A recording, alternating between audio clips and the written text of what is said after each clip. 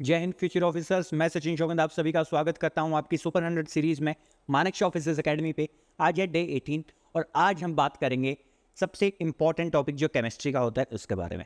पूरी केमिस्ट्री जिस चीज़ पे बेस है that is your periodic table. Periodic table को आज हम डिटेल में समझेंगे और उसकी प्रॉपर्टीज़ को समझेंगे जिसके बेसिस पे क्वेश्चन हमारे एग्जाम में आता है। उसके बाद हम हमारा इंग्लिश का एक रूल करेंगे। इसकी कंप्लीट आपको प्लेलिस्ट मिल जाएगी हमारे यूट्यूब चैनल पे।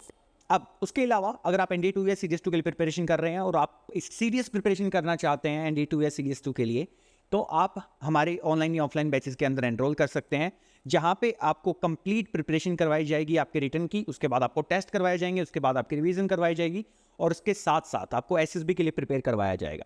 अब वो सब चीज़ों में उन कोर्सेज में एनरोल करने के लिए आपको अपनी स्क्रीन पे दिए हुए नंबर पे कांटेक्ट करना है। अब बात कर लेते हैं आज के हमारे टॉपिक के बारे में, that is periodic classification of elements, कि किस तरीके से हमारे एलिमेंट्स को क्लासीफाई किया गया है। थोड़ी हिस्ट्री के बारे में समझेंगे, थोड़ी प्रेजेंट के बारे में समझेंगे और आगे बढ़ेंगे। पीरियोडिक टेबल क्या होती है कि पीरियोडिक टेबल एक अरेंजमेंट है जहाँ पे एलिमेंट्स को हमने अरेंज कर दिया है विद द सिमिलर प्रॉपर्टीज, की एक प्रॉपर्टीज वालों को हमने एक साथ रख दिया और अलग अलग प्रॉपर्टीज वालों को हमने अलग रख दिया। जस्ट एक अरेंज करने का तरीका है एलिमेंट्स को पीरियोडिक टेबल। अब पीरियोडिक टेबल ऐसे तो एक दिन में बन नहीं गई होगी, तो उसके लिए काफ़ी सारे लोगों ने एक्सपेरिमेंट किए थे। तो सबसे पहले आपका डोबर्नियर ट्रेट्स बनाई गई थी। अब ये क्या होता है, 1817 में इन भाई साहब ने क्या किया था कि तीन के ग्रुप्स बनाए थे। In the elements were arranged in increasing order of their atomic mass. When the arithmetic mean of atomic mass of the first and third element उनको चेक किया गया, तो that will be equal to the second वाला आपका element जो था या middle element जो था। तो उस बेसिस पे ट्राइड्स करके इन्होंने बना दी थी, लेकिन ये आपका बहुत ज़्यादा सक्सेसफुल नहीं हुआ। तो फिर किसी और साइंटिस्ट ने आपका ऑक्टेव्स रूल्स के बेसिस पे सेम चीज़ करने की कोशिश की थी, न्यूलैंड्स ने। अब न्यूलैंड्स ने 1866 में क्या किया कि बहुत सारे एलिमेंट्स लिए एटॉमिक मास के बेसिस पे ही और उनको वो रखते गए। अब साथ में उन्होंने देखा कि 7 शुरू होते हैं, तो उन्होंने उसी बेसिस पे उसको रखने की कोशिश की। टोटल 56 एलिमेंट्स तक कोई चीज़ कर पाए। अब उन्होंने ऑब्जर्व किया कि उनका जो 8th एलिमेंट है उनको उसकी प्रॉपर्टी फर्स्ट एलिमेंट के साथ मिलती है। उन्होंने ये करके इनको अरेंज करने की कोशिश की, जो कि एक अच्छी कोशिश साबित हुई। इसके बाद मेंडलीव भाई साहब आते हैं 1869 में, एक रशियन केमिस्ट जो थे। उन्होंने मेंडलीव ने टोटल 63 आपके एलिमेंट्स उस टाइम पे नॉन थे, उनके फिजिकल और केमिकल प्रॉपर्टीज़ को ध्यान में रखते हुए उनके इंक्रीजिंग एटॉमिक मास के बेसिस पे एक टेबल बनाई जिसको मेंडलीव टेबल के नाम से जाना जाता है, और उसी को बाद में मॉडिफाई किया बाकी साइंटिस्ट ने। और आज जो हम पीरियोडिक टेबल यूज़ करते हैं उसका नाम है द मॉडर्न पीरियोडिक टेबल। अब इसके अंदर बाकी पीरियोडिक टेबल्स के अंदर डिफरेंस ये था कि यहाँ पे जो आपके एटम्स थे, जो आपके एलिमेंट्स थे, उनको आपका एटॉमिक नंबर के अकॉर्डिंग उन्होंने अरेंज किया, ना कि एटॉमिक मास के अकॉर्डिंग। अभी तक सभी साइंटिस्ट जो भी थे आपके वो एटॉमिक मास के अकॉर्डिंग उन चीज़ों को रखते हुए जा रहे थे, लेकिन यहाँ पे हेनरी मोसले ने क्या किया, एटॉमिक नंबर के बेसिस पे उनको क्लासीफाई किया। और जो हम पीरियोडिक टेबल आज देखते हैं वो इस तरीके से आपकी बनी थी। अब पीरियोडिक टेबल बनी कैसी थी वो हमें पता लग गया, हमारी पीरियोडिक टेबल दिखती कैसी है वो हम देख सकते हैं हमारी स्क्रीन के ऊपर। अब यहाँ पे कुछ हमें हॉरिजॉन्टल चीज़ें लाइंस दिख रही हैं, कुछ वर्टिकल लाइंस दिख रही हैं। अब हॉरिजॉन्टल लाइंस का अलग नाम है, वर्टिकल लाइंस का अलग नाम है, और अपने अपने नाम के अनुसार इनकी प्रॉपर्टीज़ भी अलग अलग हैं। तो इनको आप समझेंगे, जो कि हमारे एग्जाम परस्पेक्टिव से बहुत ज़्यादा इंपॉर्टेंट है। अब यहाँ पे हमें 7 पीरियड्स देखने को मिलते हैं और 18 ग्रुप्स देखने को मिलते हैं। अब 7 पीरियड्स कौन से, जो आपकी हॉरिजॉन्टल लाइंस आपको देखने को यहाँ पे मिल रही हैं, उन हॉरिजॉन्टल लाइंस को आपका पीरियड्स कहा जाता है, और जो वर्टिकल लाइंस आपको यहाँ पे देखने को मिल रहे हैं एलिमेंट्स की, उनको ग्रुप्स कहा जाता है। तो आपको 7 यहाँ पे आपको पीरियड्स देखने को मिलते हैं, आपको 18 आपको यहाँ पे ग्रुप्स देखने को मिलता है। अब पीरियड्स और ग्रुप्स की हमने बात की, लेकिन कौन सा पीरियड कौन सा ग्रुप क्या कहलाता है, नोबेल गैसेस। जो आपका 18th ग्रुप है, यानी जो आपका लास्ट ग्रुप है, उसको आपका नोबेल गैसेस के नाम से जाना जाता है। अब ये टेस्टलेस होते हैं, ऑर्डरलेस होते हैं, मोनोटोमिक गैसेस होती हैं, बहुत ही कम केसेस के अंदर ये रिएक्शन करते हैं। देयर आर 6 सच केसेस, जो कि हैं helium, neon, argon, krypton, xenon, radium. तो ये जो गैसेस हैं जिनको इनर्ट गैसेस के नाम से आप लोग जानते हैं या नोबेल गैसेस के नाम से आप जानते हैं। सेकंड आपका एक जो टर्म है वो है अल्कलाइन मेटल्स। वो क्या होता है, जो आपका फर्स्ट ग्रुप है, लिथियम, फ्रेंसियम, इन चीज़ों को छोड़ के जो आपका फर्स्ट ग्रुप है वो आपका कहलाता है lithium to francium except your hydrogen.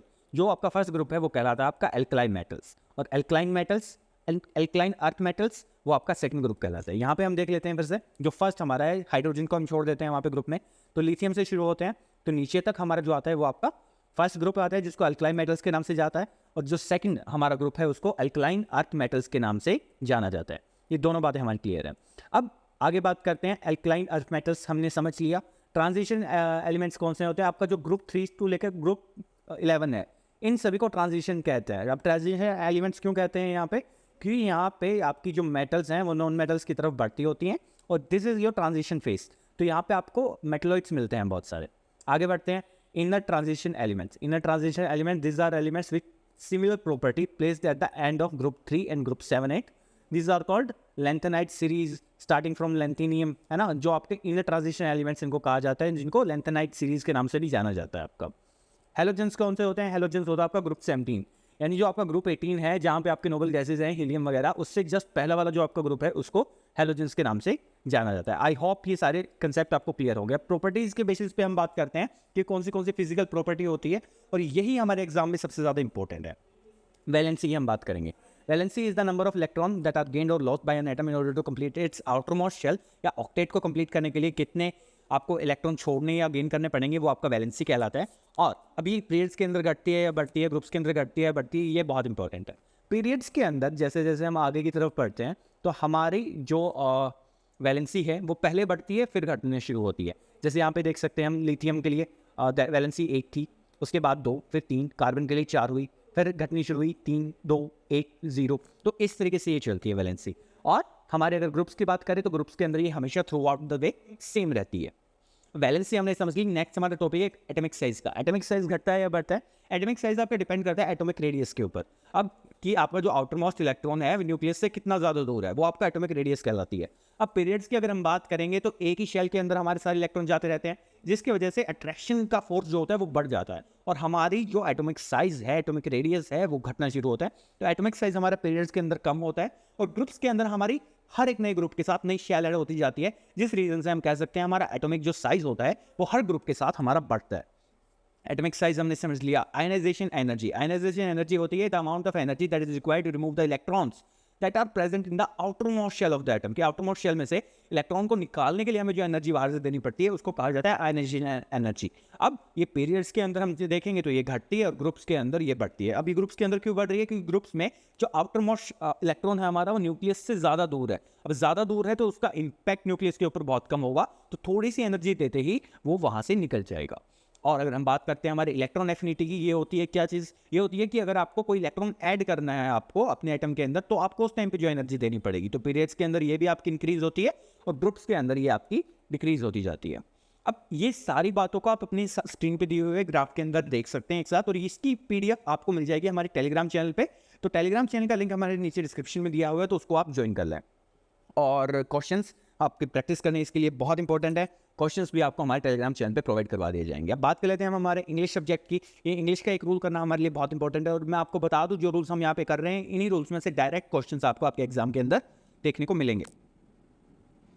अब क्या है हमारा फर्स्ट रूल? जो आज का रूल है वो रूल है no sooner is followed by than. कि कहीं पे भी आपको नो सूनर अगर लिखा मिलता है तो वो फॉलो किया जाएगा देन के साथ, मतलब उसके बाद THAN करके आपको दिखा मिलेगा।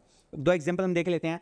No sooner had I entered the class than the class students stood up. यहाँ पे नो सूनर के साथ हमारा देन का यूज हमने सही किया है।